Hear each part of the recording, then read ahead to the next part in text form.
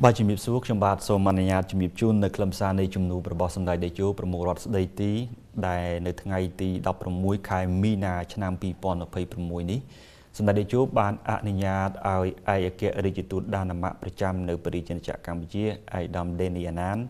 បានជួបសម្ដែងការគួរសមនៅវិមានសាមគ្គីភាពនៃប្រសិទ្ធភាពកម្ពុជាជាកិច្ចចាប់ផ្ដើមដំបូងសម្ដេចតេជោបានសម្ដែងការស្វាគមន៍និងរីករាយដែលបានជួបជាមួយនឹងឯកឧត្តម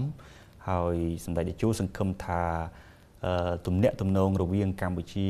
និងដានម៉ាក់កាន់តែរីកចម្រើនបន្ថែមទៀតនៅក្នុងក្រោមការដឹកនាំរបស់ឯកឧត្តមជាឯកអគ្គរដ្ឋទូតប្រចាំនៅបរិយាកាសកម្ពុជាសម្ដេចតេជោក៏បានបង្ហាញនូវការពេញចិត្តនៅទំនាក់ទំនងកន្លងមកដែលមានភាពល្អប្រសើរហើយសង្ឃឹមថានៅឆ្នាំក្រោយដែលជាខួប60ឆ្នាំនៃទំនាក់ទំនងរវាងកម្ពុជានិងដានម៉ាក់ប្រទេសទាំងពីរនឹងមានការរៀបចំនៅកម្មវិធីនានាដើម្បីអបអរសាទរនៃខួប60ឆ្នាំដែលនឹងឈានមកដល់នៅឆ្នាំក្រោយនេះនៅក្នុងឱកាសនោះឯកឧត្តមឯកអគ្គរដ្ឋទូតដានម៉ាក់ដេនីអាណានបានសម្ដែងនូវការអរគុណជាអនេកប្រការចំពោះសម្ដេចតេជោដែលបានអនុញ្ញាតឲ្យឯកឧត្តមនិងសហការីបានជួបសម្ដែងការគួរសមនៅក្នុងឱកាសនេះ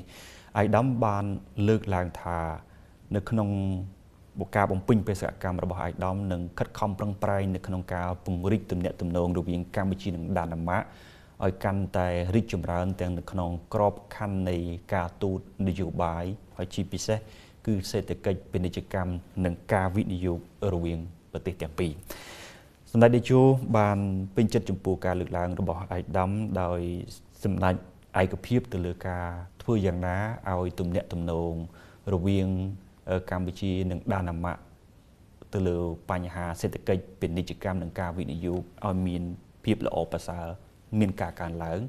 ឲ្យវាស្របទៅនឹងកិច្ចសហប្រតិបត្តិការនៅក្នុងវិស័យនយោបាយការទូតរវាងប្រទេសទាំងពីរដែលមានជាមួយគ្នាសម្ដេចលោកបានលើកឡើងថាទំនាក់ទំនងរវាងកម្ពុជានិងដានម៉ាក់នឹងមានសក្តានុពលជាច្រើនទៀត